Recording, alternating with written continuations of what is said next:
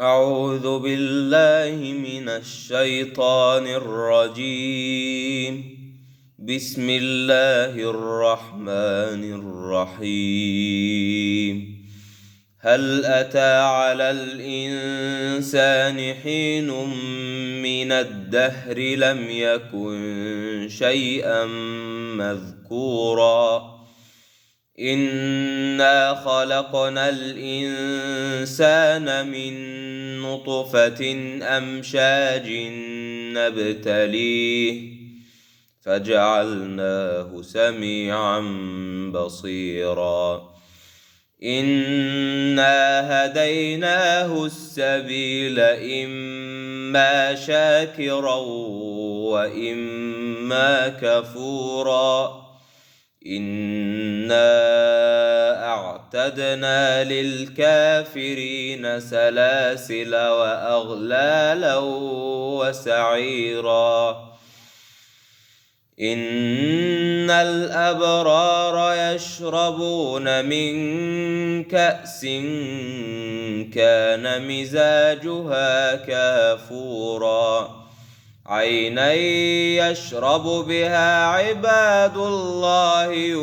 يفجرونها تفجيرا يوفون بالنذر ويخافون يوما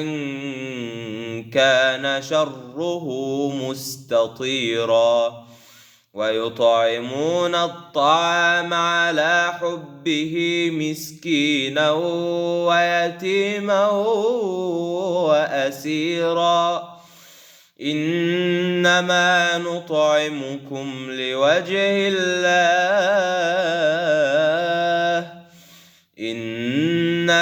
نطعمكم لوجه الله لا نريد منكم جزاء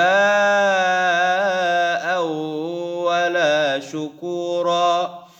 إنا نخاف من ربنا يوما عبوسا قمطريرا فوقاهم الله شر ذلك اليوم ولقاهم نضرة وسرورا وجزاهم بما صبروا جنة وحريرا متكئين فيها على الأرائك لا يرون فيها شمسا ولا زمهريرا ودانية عليهم ظلالها وذللت قطوفها تذليلا صدق الله العظيم.